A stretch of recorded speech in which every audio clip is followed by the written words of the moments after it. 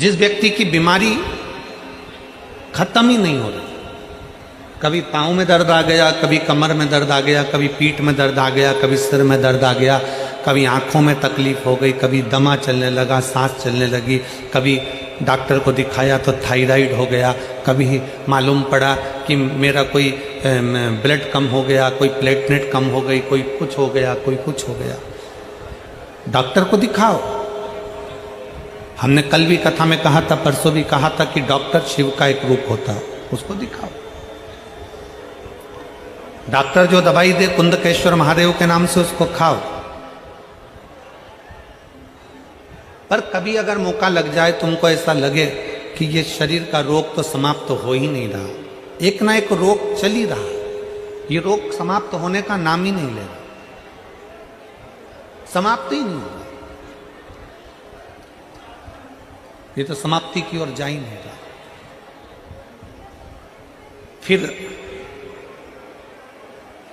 पिपलेश्वर महादेव का नाम लेकर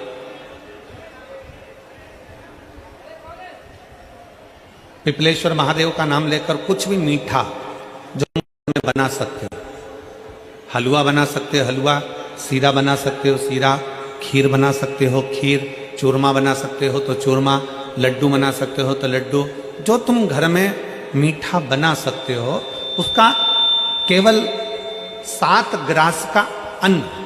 कितने ग्रास? जम के बोलो जरा। 7 ग्रास। 7 ग्रास मतलब 7 कोर, 7 ग्रास का अन्न एक पात्र में ले लो और पिपलेश्वर महादेव का नाम लेकर किसी भी शिवालय में,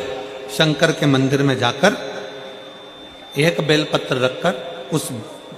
जो प्रसाद तुम बना कर ले गए हो, जो तुम भोग बना कर ले गए हो, उसका स्पर्श कर कर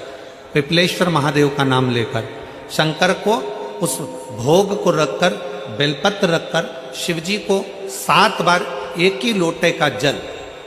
केवल एक लोटे का जल 7 बार उत्तर की ओर मुख कर कर